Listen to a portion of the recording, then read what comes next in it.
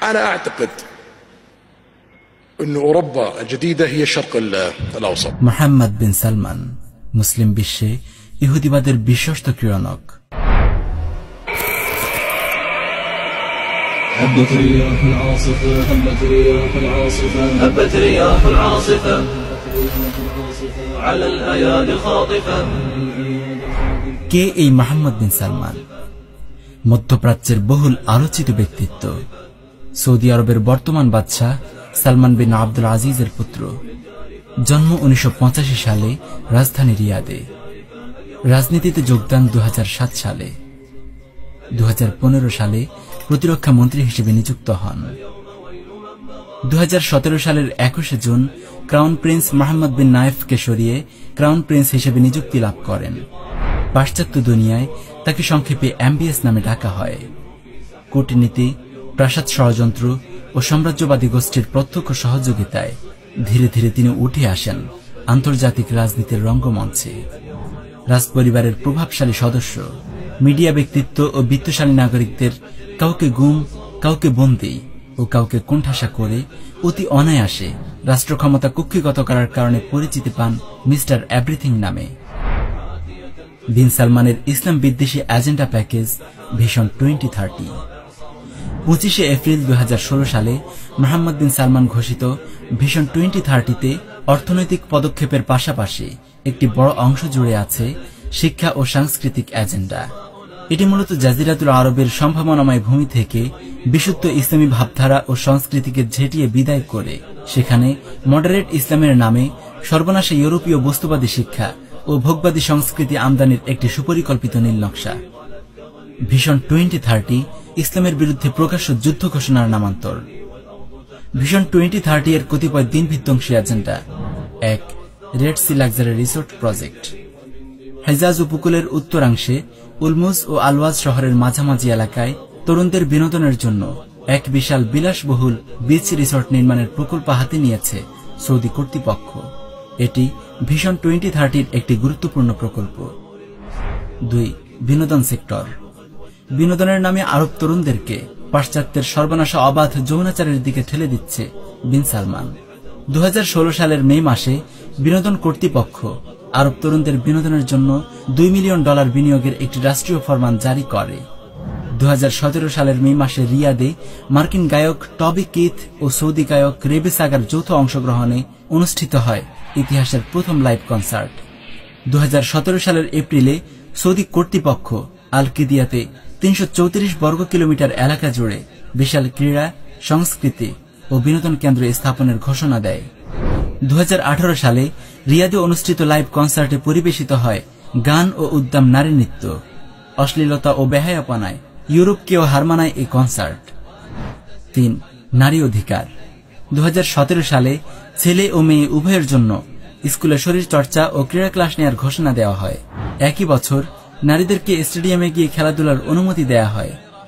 2016 সালের সেপ্টেম্বর মাসে নারীদেরকে ড্রাইভিং এর অনুমতি দিয়ে একটি রাজকীয় ফরমান জারি করা হয়। 2018 সালের জুন মাসে যা বাস্তবায়িত হয়।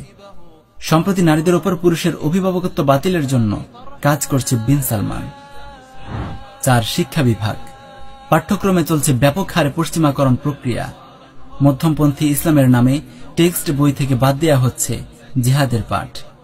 তাইফ বিশ্ববিদ্যালয়ে প্রথমবারের মতো খোলা হয়েছে মিউজিক ডিপার্টমেন্ট। চলতি বছর রিয়াদে প্রথমবারের মতো খোলা হয়েছে মিউজিক ইনস্টিটিউশন। এভাবে গান বাজনার মতো হারাম কর্মকাণ্ডের বিস্তার ঘটাচ্ছে বিন সালমান। 5. মূর্তি স্থাপন। বিন সালমান প্রগতি ও সংস্কৃতির নামে মক্কা মদিনার দেশে মূর্তি স্থাপন করেছে। জেদ্দায় তারা স্থাপন করেছে আমেরিকার স্ট্যাচু অব লিবার্টি। তাওহীদের ভূমিতে মুশরিক হিন্দুদের বিশাল গণেশের মূর্তি রেখে পূজাও করা হয়েছে কিছুদিন পূর্বে। আল্লাহ তাআলা আমাদেরকে হেফাজত করুন। 6. হকপন্থী আলেমদেরকে গুম, খুন ও নির্যাতন। কাফেরদেরকে খুশি করতে গিয়ে বিন সালমান হকপন্থী তাওহীদবাদী ওলামা মাশায়েখদের কাউকে বন্দী করছে, কাউকে গুম করে ফেলছে চিরতরে, কাউকে প্রহসনের বিচারের মাধ্যমে খুন করেছে, কাউকে কারাগারে নির্যাতন করে হত্যা করেছে। বিগত কয়েক বছরের মধ্যে বিন সালমানের মদদে 38 জন আলেমের হত্যার তালিকা সামনে আসে। গোপন খুনের সংখ্যা আরো বেশি। শেখ নাসির আল ফাহাদ, শেখ সুলাইমান আল উলওয়ান, শেখ সালেহ আল মুনাজ্জিদ, শেখ খালিদ আর রশিদ, শেখ সালমান আল আউদাহ সহ শত শত বরেণ্য আলেম ধুকে ধুকে মরছে অন্ধকার কারা প্রকোষ্ঠে। বিন সালমানের মুসলিম গণহত্যা। 2015 সালে প্রতিরক্ষা মন্ত্রী হওয়ার 2 মাস পরেই বিন সালমান মুসলিম দেশ ইয়েমেনে শুরু করে ডিসিসিভ স্টর্ম নামে একটি ধ্বংসাত্মক অপারেশন। হুথি বিদ্রোহীদেরকে দমনের আড়ালে এখনো চলছে নির্মম মুসলিম হত্যাযজ্ঞ। দুর্ভিক্ষে মারা যাচ্ছে লক্ষ লক্ষ মানুষ। এ কাজে সহযোগিতা করছে ক্রুসেডার জোট। পৃথিবীর সবচেয়ে নির্যাতিত জাতি উইঘুর মুসলিম। আজ গোটা জিনজিয়াং প্রদেশ যেন এক উন্মুক্ত কারাগার। এমন বর্বর জুলুম, অত্যাচার, নিপীড়ন এবং পাশবিকতা তাদের উপর চালানো হচ্ছে যা ভাষায় বর্ণনা করা সম্ভব নয়। 10 লক্ষ মুসলমানকে কনসেন্ট্রেশন ক্যাম্পে বন্দী করে পাশবিক নির্যাতন চালানো হচ্ছে। এই করুণ মুহূর্তেও বিন সালমান চীন সফর করে বিলিয়ন ডলারের বাণিজ্যিক চুক্তি সাইন করেছে এবং সরাসরি কমিউনিস্ট চীনের এই বর্বরতাকে সমর্থন দিয়ে বিবৃতি দিয়েছে সন্ত্রাস দমন ও চরমপন্থার বিরুদ্ধে কাজ করার অধিকার চীনের রয়েছে। উইঘুর মুসলিমদের ওপর চীনা নিপীড়নের বিষয়ে নিন্দা জানিয়েছে Britain, Canada, France, Australia, German ও জাপান সহ 22টি দেশ। এর পাল্টা জবাব হিসেবে সৌদি আরব ও পাকিস্তান সহ আরো 37টি রাষ্ট্র জাতিসংঘে চিঠি পাঠিয়েছে উইঘুর নীতিকে সমর্থন করে। তারা উইঘুরদের ওপর এই নিপীড়নকে চীনের অসামান্য অর্জন হিসেবে তুলে ধরে। কাফেরদের সঙ্গে বন্ধুত্ব। বিন সালমান গভীর সম্পর্ক স্থাপন করেছে বিশ্বের ইহুদি, নাসারা ও মুশরিকদের সাথে। মুসলিম জাহানকে ইহুদিবাদের চারণভূমিতে পরিণত করার লক্ষ্যেই কাজ করে যাচ্ছে সে। ইসরায়েল আমেরিকার সঙ্গে বিন সালমানের গভীর সম্পর্ক এখন মিডিয়ার হট টপিক। ইসরায়েল ও আমেরিকার অঙ্গুলি নির্দেশের বাইরে কিছুই করতে সক্ষম নন বিন সালমান। ইহুদিবাদী চক্রের বিশ্বস্ত সদস্য হিসেবে মুসলিম বিশ্বে তাগুতি তাণ্ডব চালাচ্ছে এমবিএস। এমনকি ফিলিস্তিনে ইহুদি আগ্রাসনের ব্যাপারে তার বক্তব্য হল, ফিলিস্তিনি ও ইসরায়েলি উভয়ের আপন আপন জায়গার মালিক হওয়ার অধিকার রয়েছে। কত জঘন্য বক্তব্য! মুসলিম বিশ্বে তার জঘন্য কার্যক্রমে অত্যন্ত সন্তুষ্ট মার্কিন প্রেসিডেন্ট ট্রাম্প। তাই তাকে রীতিমতো বন্ধু হিসেবে স্বীকৃতি দিয়েছে মুসলমানদের রক্তখ্যাত এই প্রেসিডেন্ট। 2. ভারতের সাথে গভীর সম্পর্ক। মুশরিক ভারতের সঙ্গে বিন সালমানের আশ্চর্য মৈত্রী স্থাপিত হয়েছে। একদিকে মুশরিকরা ভারত ও কাশ্মীরে মুসলিম গণহত্যা চালাচ্ছে, আর অপরদিকে বিন সালমান তাদের সঙ্গে বিলিয়ন ডলারের বাণিজ্যিক চুক্তি স্থাপন করেছে। মিলিয়ন ডলার সাহায্যের পসরা নিয়ে তাদের দুয়ারে হাজির হচ্ছে, তার সঙ্গে গভীর প্রণয়ে হাত মেলাচ্ছে।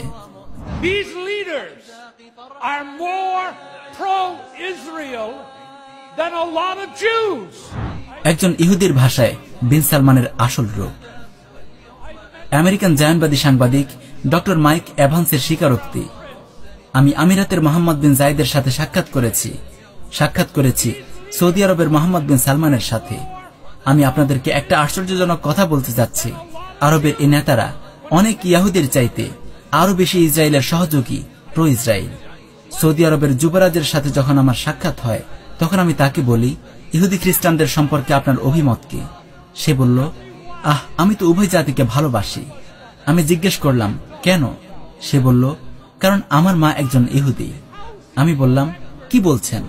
সে বলল, আমাকে যে লালন পালন করে সে নারী ছিল একজন ইথিওপিয়ান ইহুদি।